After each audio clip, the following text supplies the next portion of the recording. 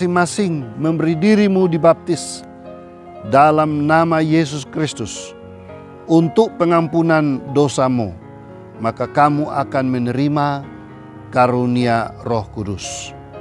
Sebab bagi kamulah janji itu, dan bagi anak-anakmu, dan bagi orang yang masih jauh, yaitu sebanyak yang akan dipanggil oleh Tuhan Allah kita.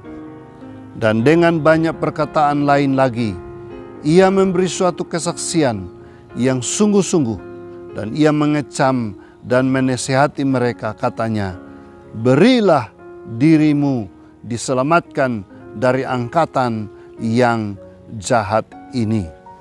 Saudara-saudara yang terkasih di dalam Tuhan, ini adalah bahagian Petrus di akhir daripada khotbahnya kepada banyak orang ketika peristiwa pencurahan Roh Kudus dicurahkan di Yerusalem. Dan di akhir khotbah Petrus ini, Petrus mengajak kepada semua orang yang menyaksikan pencurahan Roh Kudus supaya mereka boleh membuat keputusan atau buat komitmen yang benar di hadapan Tuhan. Mereka bukan hanya menjadi pendengar atau menyaksikan peristiwa pencurahan Roh Kudus, tapi mereka juga harus mengalaminya.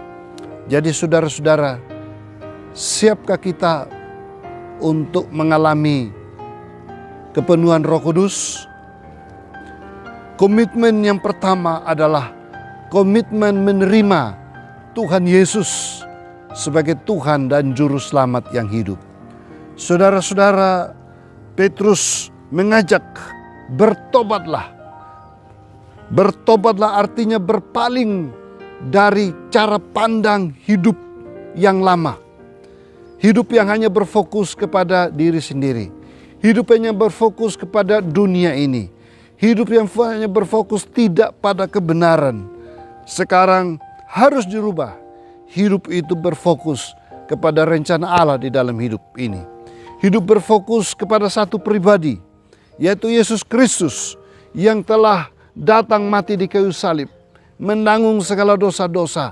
Dia yang mati dan bangkit dan naik ke sorga. Percaya kepada pribadi sedemikian. Itulah konteks pertobatan. Berpaling dari kehidupan yang dulu, sekarang pada kehidupan yang baru. Pertobatan ini hal yang sangat penting untuk menerima baptisan Roh Kudus. Jadi Petrus mengajak mereka semua yang menyaksikan saat itu. Mereka ingin dipenuhi Roh Kudus. Komitmen pertama harus dibuat adalah pertobatan. Maukah saudara-saudara juga mengalaminya? Belum terlambat. Tuhan selalu menawarkan kesempatan bagi setiap kita untuk bertobat dari kehidupan kita.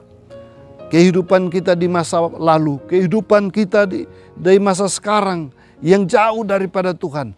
Jauh dari sukacita, jauh dari damai sejahtera, jauh dari kedekatan dengan Tuhan, jauh dari berkat-berkat Tuhan. Kita ambil kesempatan sekarang juga, yaitu komitmen untuk bertobat.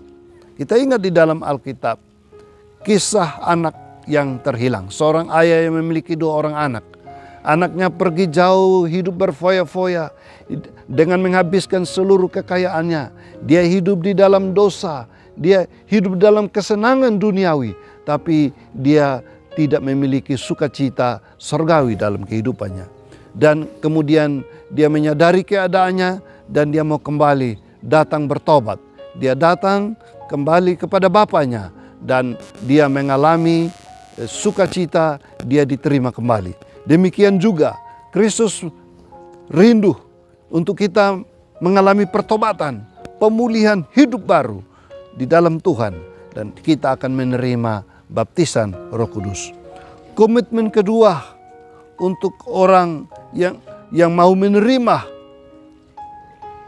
baptisan Roh Kudus, selain dia percaya dan dia sungguh bertobat, adalah dia hidupnya, komitmennya rela tetap terikat dengan Tuhan.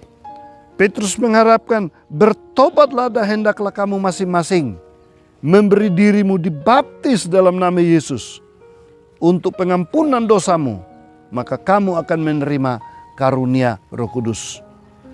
Hendaklah kamu masing-masing memberi dirimu dibaptis dalam nama Yesus. Baptisan sebagai tanda seseorang dalam keterikatan untuk menjadi pengikut Yesus. Seorang dalam keterikatan secara rohani menjadi milik Tuhan.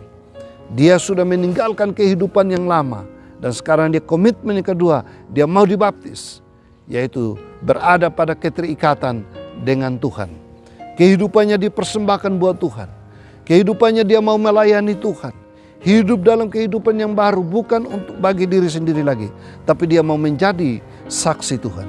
Karena tujuan dari baptisan roh adalah supaya seseorang menjadi saksi Tuhan, yaitu mereka dapat menceritakan kasih Tuhan, kebesaran Tuhan, pertolongan Tuhan kepada orang lain, supaya mereka yang percaya juga dapat diselamatkan.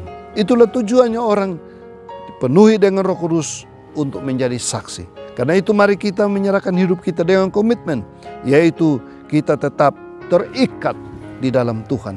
Keterikatan kita dengan Tuhan bukan hanya selama di dunia ini, tapi sampai pada kekekalan. Kalaupun kita tinggalkan dunia ini, maka kita tetap memiliki kepastian keselamatan.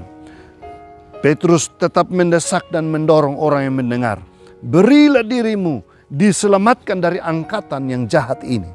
Pada zaman itu, Petrus melihat pada zaman itu ada angkatan yang jahat, yaitu angkatan yang tidak percaya kepada Tuhan. Pada zaman ini juga kita hidup di tengah kepadatan penduduk dunia sekitar 7 miliar, saudara-saudara. Bumi dihuni oleh begini banyak orang. Kita tahu ada kejahatan ada di mana-mana. Sakit penyakit mengancam di mana-mana. Kehidupan yang sukar dan sulit ini mengancam di mana-mana. Kita berada pada angkatan yang jahat, yang tidak percaya kepada Tuhan.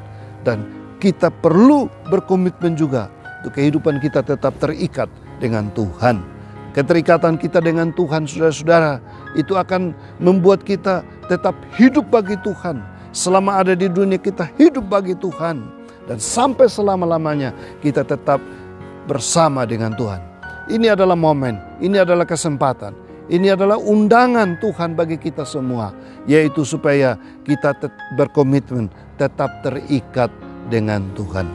Jadi saudara-saudara yang terkasih di dalam Tuhan, setelah mendengar khotbah Petrus dan dia mengajak supaya kita juga saudara-saudara bertobat, tinggalkan kehidupan kita yang lama dan mau tetap terikat dengan Tuhan, yaitu dibaptis dalam nama Tuhan supaya kita diselamatkan oleh Tuhan. Kita menerima baptisan Roh Kudus dan kita menjadi saksi bagi Tuhan selama kita hidup di dalam dunia ini. Itulah tujuan baptisan Roh Kudus.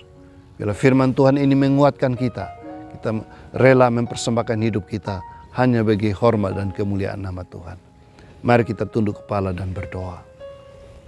Ya Tuhan, sekalipun dengan singkat kami mendengar kebenaran firman Tuhan. Melalui suara hamba-Mu telah berhenti berbicara, tetapi suara Roh Kudus terus berbicara bagi kami. Kebenaran firman Tuhan yang sudah diberitakan itu terus membakar semangat kami. Bagi kami yang belum sungguh-sungguh bertobat, bila kami ambil kesempatan, mulai saat ini kami tinggalkan kehidupan kami yang lama. Kami yang belum berkomitmen untuk hidup kami tetap terikat kepada Tuhan sampai selama-lamanya. Biarlah kami ambil keputusan juga untuk memberi diri kami tetap terikat kepada Tuhan. Terima kasih Tuhan. Bila kami diselamatkan dari angkatan yang jahat ini. Kami hidup pada generasi di mana banyak persoalan dunia yang tidak terpecahkan. Tetapi kami punya Tuhan yang hidup bersama-sama dengan kami di dalam dunia. Kamilah yang akan menjadi saksi bagi banyak orang menceritakan tentang kebesaran Tuhan. Setiap orang yang sudah mendengar firman Tuhan ini, yang siap dipenuhi Roh Kudus, kami berdoa juga di dalam nama Yesus. Curahkanlah kuasa Roh-Mu, memenuhi setiap pikiran dan hati yang siap untuk menerima. Di dalam nama Yesus boleh terjadi. Dan setiap pribadi boleh mengalami kepenuhan Roh Kudus. Hidupnya berada di dalam kuat kuasa Tuhan. Terima kasih Tuhan, kami juga menyerahkan hidup kami, pergumulan kami, masalah-masalah dalam kehidupan ini. Tuhan, Engkau mengenal kami setiap pribadi. Karena itu kami berdoa, jamahan Tuhan menyertai memampukan bagi setiap kami untuk siap menerima jawaban-jawaban doa yang asalnya daripada Tuhan. Siap menghadapi masalah-masalah yang sedang kami hadapi. Tuhan, kuatkan kami. Dalam kesempatan ini kami ingin berdoa bersama-sama Tuhan untuk beberapa jemaat yang sedang sakit. Kami berdoa untuk Ibu Tan yang masih berada di rumah sakit. Tuhan, jamah dia, pulihkan dia, beberapa waktu yang lalu mengalami stroke. Kami berdoa Tuhan, hidup hamba-Mu ada dalam rencana-Mu. Karena itu Tuhan jamah dan Tuhan kuatkan. Kami tak berdoa juga untuk Ibu Trisna yang sudah lanjut usia. Kami berdoa Tuhan tak berikan kekuatan, pemulihan dan sukacita dan damai sejahtera. Pada Bapak Ibu jemaat yang tidak sempat kami sebut satu persatu. Setiap orang mendengarkan firman Tuhan dimanapun berada. Tuhan jamah dengan setiap persoalan dan pergumulan. Dan kami percaya Tuhan dapat melakukan lebih daripada yang apa kami ucapkan di dalam doa. Kami menyerahkan kehidupan kami, situasi bangsa dan negara kami,